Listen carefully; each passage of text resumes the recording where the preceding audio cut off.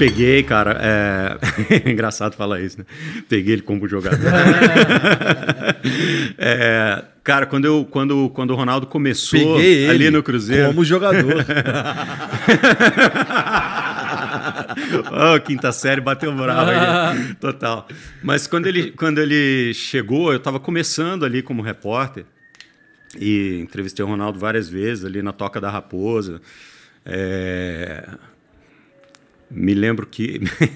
eu me lembro uma passagem curiosa, assim, que o Toninho Cerezo estava jogando no Cruzeiro. E não sei porquê, aí alguém me contou... Ronaldo, se for mentira, depois você me desmente, na boa, não tem problema nenhum. Mas alguém me contou na época assim, o Ronaldo chama o Toninho Cerezo de pateta. Por causa do jeitão do Cerezo. Uhum. O Cerezo é um dos maiores craques de todos os tempos e tal. E nessa época, ele estava jogando no Cruzeiro, teve essa passagem no Cruzeiro, né? Aí eu fui falar com o Cerezo na época, assim, aqui, estão te dando apelido de pateta, ele ficou puto da vida. Quem é que tá falando? Ninguém. Ninguém, deixa pra lá. Deixa ninguém, tá tudo certo. Mas eu me lembro, em 94, isso o Ronaldo provavelmente não vai se lembrar, mas eu me lembro muito bem, porque foi muito, muito marcante para mim. Uma das primeiras entrevistas, o Ronaldo foi vendido para a Holanda ali, se não durante a Copa, um pouquinho antes. Não me lembro exatamente a data. Mas aí foi uma equipe holandesa fazer uma entrevista com o Ronaldo no centro de treinamento lá nos Estados Unidos. E eu estava lá, e eu traduzi essa entrevista, porque os holandeses estavam fazendo em inglês. E aí eu traduzia a pergunta para o Ronaldo respondia, eu traduzia para os caras de novo e tal, porque né, em 94 a gente tinha acesso aos caras, né? Ele terminava o treino, tinha uma famosa zona mista, todo mundo aparecia, conversava, era um outro... E quando que isso mudou? Outro mundo. Cara, 2002 já foi um negócio um pouquinho mais diferente, assim, já tinha o acesso já era mais difícil, já era mais complicado... essas coisas foi mudando muito rapidamente. Eu acho que os jogadores foram ficando mais blindados. É que assim, eu nem enalteço a época em que era totalmente aberto, à vontade, porque o futebol se tornou uma indústria tão milionária, bilionária, tão grande, que alguma organização é necessária. Eu me lembro de estar no centro de treinamento e pedir o professor, entendeu? O Procópio, na época, Procópio Cardoso, e falar assim, professor, dá para tirar o fulano do treino, 3 minutos que eu tenho que gravar com ele? Tá, porra. Aí o cara falava, vai lá, grava com ele lá, moleque, vai lá, grava. Aí o cara gravava e voltava pro treino. Não, aí é esculhambado mesmo. Era muito. E eu acho, cara, que os jogadores, eles foram virando... O jogador de futebol é o rockstar do século XXI. Eles foram se tornando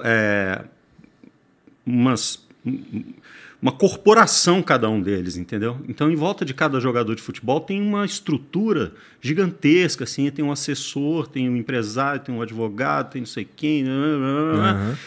Tem o clube e tal. Então, eles foram ficando mais difíceis, assim, de você sentar e bater papo com os caras. Eu tenho muitos jogadores... Assim, eu gosto de contar essa história.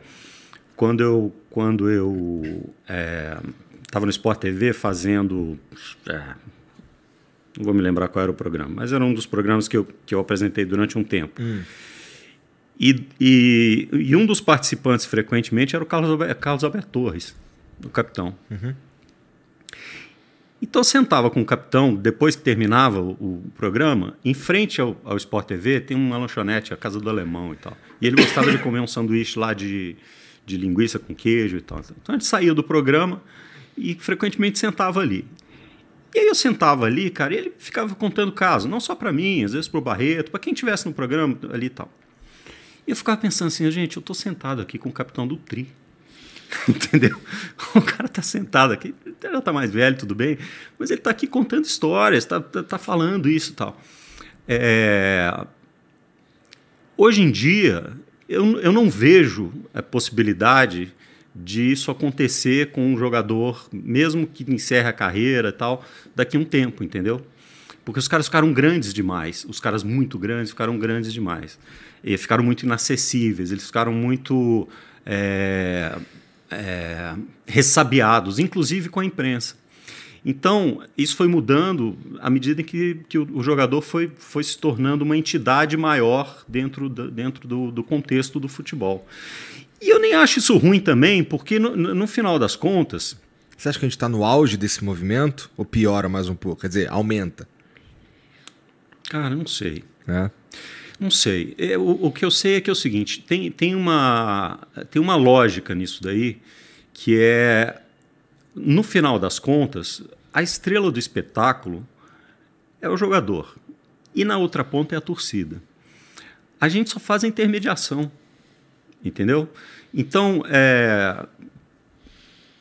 se a gente começar a pensar, a gente que eu digo imprensa, né? Nós, repórteres, comentaristas, apresentadores e tal, se a gente começar a pensar que a gente é a estrela do processo todo, fica meio desvirtuado, entendeu? Então, eu acho que assim, quem faz o espetáculo é o jogador. Então, o jogador tem direito de ser tratado como uma estrela, se ele realmente for uma estrela, se ele realmente captar a atenção das pessoas. Ninguém liga, esse é um outro dado, mas a gente pode falar isso depois. A pessoa liga a TV, liga o rádio, ou vai ao estádio para ver o que o jogador está fazendo com a bola. Se ele não fizer, não tem espetáculo. Se ele não fizer, não tem indústria. Se ele não fizer, não tem nada. Mas isso é verdade. Não é? Então, eu acho que assim, tem as primadonas, como tem na música, por exemplo. Entendeu? Tem as primadonas, né? E tem o cara que é foda pra caramba, mas é simples, tipo, sei lá, você tem o Elton John e você tem o David Grohl, entendeu? Que são dois caras completamente diferentes fazendo música. Coisas incríveis. Coisas incríveis, né? E assim também no futebol, tem os caras que são muito bons, tem as primadonas, e tem os caras que são simples, mas estão fazendo espetáculo também. Entendi. Bom, faz sentido.